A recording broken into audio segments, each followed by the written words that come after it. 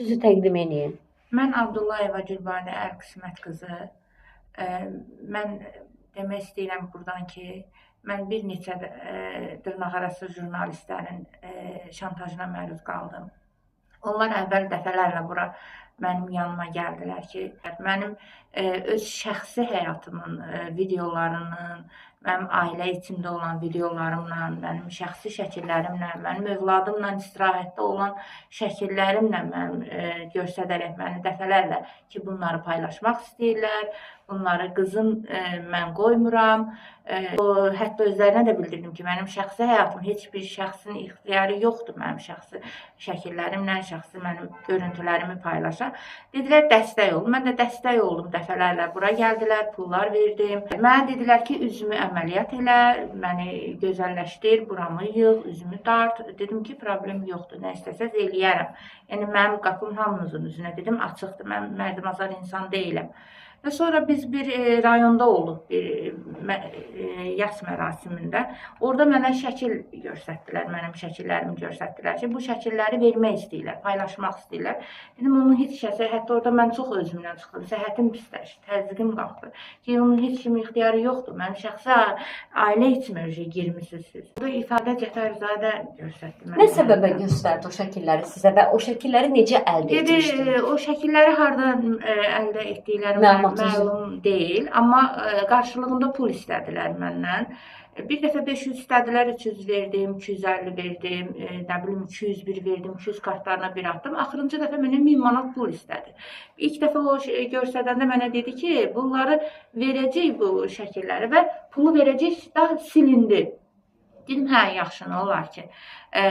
Ondan sonra təzədən deyir ki, ay kimdə qalıb, başqa bir adamda qalıb, qərəzli şəkildə mənlə danışdılar. Dedim, 1000 manat pul verin. Dedim, mən cinayətkar deyiləm, mən üzr istəyirəm, mən ailəli şəxsəm, mənim işimlə bağlı olan bir şey deyil bu. Mən indiyənə qədər hətta özlərinə zəng elədim ki, mənim işimlə bağlı nəsə deyirsiniz, bir dəfə sizi narahat eləmişəm, yox. Və yaxud kiməsə xahiş elətdirmişəm, yox. İşimlə bağlı kim nə istəyir, bunun dövlətimiz var. Yəni siz işinizlə bağlı olsaydı bu qədər narahat olmazdı da, şəxsi həyatınızla bağlı. Mən işimlə bağlı, mən gizlin işləmirəm, cinayətkar deyiləm, bu boyda dövlət var, qayda var, qanun var. Yəni mən nə iş görürəm ki, məni bu boyda abardırlar, əlimdə adam ölməyib, yəni və yaxud cinayət, mən cinayət işi görmürəm. Yəni dövlətin hüququ, qanunları var da. Mən qanunla işləyirəm. Mən sadəcə bu, mən axırıncı dəfə deyəndə ki, 1000 manat pul verin mənə. Mən onda coşdum ki, siz mən nə deyə 1000 manat alırsınız? Mənim elə yerdən qalxan, çatan, gələn, gedən deyir ki, 1000 manat pul ver bu şəkili. Hətta mənim ailəmdə də, qohum-əqrəbələrdə də problem yarandı ki, sənin nə şəklin var ki, sənin hardasan ki, sən nə işlə məşğulsan, bu pis görsəndə. Halbuki o şəkillər mənim oğlumla olan istirahət mərkəzində, yəni mənim olan şəkillərimdir. Mən oğlumla, ailə üzvlərimlə istədiyim geyinə də bilərəm, istədiyim kimi gəzə də bilərəm. Yəni sizin bunun hansı məqsədlə mənim öz telefonumdan girilib, götürülüb, kimlər tərəfindən atılıb bilmirəm. Bunun üçün mən dövlətimə sığınıram, müraciət etmişəm. Dövlətimiz var, qayda var, qanun var da xanım, yəni özbaşınalıq deyil ki, yəni bu absurddur. Hətta mən o qədər bezdirib bura gəldilər. Dəfələrlə gəldilər? Bəli, həmən proseslər davam etdirdilər? Bəli, gəlirdilər, pul alırdılar, gedirdilər. Hətta qızım deyə mənə müraciət edirdilər. Mən inanırdım ki, yəni bu nə dərəcədə düzgündür. Nə oldu? Onda mən qanuni həkim idim. Sonra mən bu intihara məni məcbur elədilər. Mən özümü öldürmək hətti. Çünki mən oğul anasıyam mən. Sonra gəldilər, başqa çöldə qonşularım da şahiddir. Hətta burada pasientlərim də var şahid ki, bura gəlib nəlayiq ifadələr işlətdilər. Təhqir elədilər. Təhqir elədilər. Artıq əşkiyi danışdılar. Mən çıxılmaz yolu bir dənə bildim ki, yəni utandım. Yəni ki, birdən o şəkili verərəm. Bəs təhqir eləyən zaman şikayət elədinizmi polisə? Bəli, müraciət eləmişəm, dövlətimizə müraciət eləmişəm. Hal-hazırda iş Bakışəhər, Nəsim rayon baş polis idarəsindədir. Yəni, mən inanıram ki, bu barədə tədbir görüləcək. Mən dövlətimə sığınıram. Çünki mən, yenə deyirəm, xanım, mənim işimlə bağlı deyil bu məsələlər. Şəxsi həyatınızla bağlı. Xanım, hal-hazırda səhhətiniz necədir? Çox ağır xəsarət aldım. Yəni mən özüm ölümdən döndüm. Yəni bunu da sonradan fikirləşdilər, paylaşdılar ki, gəl mən ürəkbulanma ilə getmişəm. Yəni mən ürəkbulanma ilə getməmişəm. Nə də mən dəli deyiləm, nə də mənim heç bir psixoloji problemim yoxdur. Sadəcə mənim psixologiyamı çox pis təsir elədilər ki, mən o həddə çatdırdılar. Fatimə xanım həm mənim menecerimdən başqa, həm də mənim bacımdır. Yəni mənə bacıdan doğmadır. Yəni mənim sözüm onun sözüdür. Əvvəl o Fatimə xanıma qarşı da oldu məsələlər. Yəni mən dedim eləmə Fatimə xanıma, dedim eləmə lazım. Dəfələrlə xanıma qarşı. Bəli. Ondan sonra yəni mən xahiş edirdim ki, Fatimə xanım eləmə. İnsan kimi insanlıq göstərdim onlara. Amma gördüm başa düşmədilər. İndi də paylaşırlar ki, bunlar mənim lisenziyam olmadığına görə bunları belə eləyirlər. Amma xeyr, mən işimlə bağlı heç bir narahatçılığım yoxdur. Mən işimlə bağlı nə özümə intihara cəhd etmədim, nə işimlə bağlı pullar verməmişəm onlara. Söhbət mənim şəxsi toxunulmaz həyatımdan gedir. Yəni Xanım, öncə həmin şəxslər müştəri kimi daxil oldu. Sonra sizə yaxın oldular, rəfiqəlik kimi özlərini göstərdilər. Amma bu proseslər, qalmaqallar olandan sonra jurnalist adından istifadə edir. Bəli. Jurnalist adından istifadə edərək sizə hədə qorxular gəlir. Bəli. Paylaşacağıq və mən yenə deyirəm, mən Lənkəranda yas mərasimində idim onda. Mən onda çox pis hallara düşdüm ki, yəni bu mənim övladımla olan bir şeydir. Yəni mənim övladımla istirahətdə olan bir şeyəm. Mən ailə üzvüyəm. Siz nə deyə onu paylaşa bilərsiniz? Yenə deyirəm, mənim işimlə bağlı bir şey, məsələ deyil bu. Yəni mən işimdən dolayı indiyənə qədər kimə müraciət eləmişəm ki, yəni Başqa klinikanı bu klinikaya qarşı video montaj eləyərək sizə ləkə gətirməyə çalışmışlar. Bəli, Pərvin Abuşova paylaşım elədi. Orada pasient inildiyərək orada bir prosedur eləmişik. Əməliyyat olmayıb, orada prosedur olmuşuq.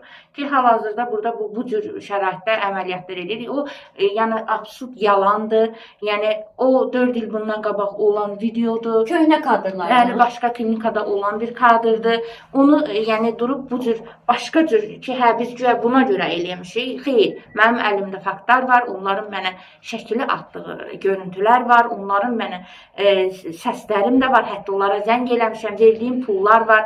Əlimdə verdiyim çeklərlə ödədiyim pullar var. Bəs onda məndən niyə görə o pulları alırdınız? Qanunla hərəkət edirdinizsə, əgər sizin işiniz lisensiyasız həkimi araşdırmaqdırsa, onda niyə məndən pullar alırdınız? Məqsədiniz nə idi? Mən 1000 manat verməyən durca belə coşmağınız. Mən bir çox insanlar tanıyıram ki, bir çox kosmetologlar tanıyıram. Onlar indi onların adını çəkə bilmərəm. Onlar özləri bilər. Amma mən çox adamlar, kosmetologlar, həkimləri, obyekt tanıyıram ki, onlar bu üsullardan çox istifadə edirlər. Həmən şəxslər, ifadə tərcüməsi. Bəli. Yəni bu nə dərəcədə düzgündür? Öz başınalıq deyil. Mən bir sahibkaram.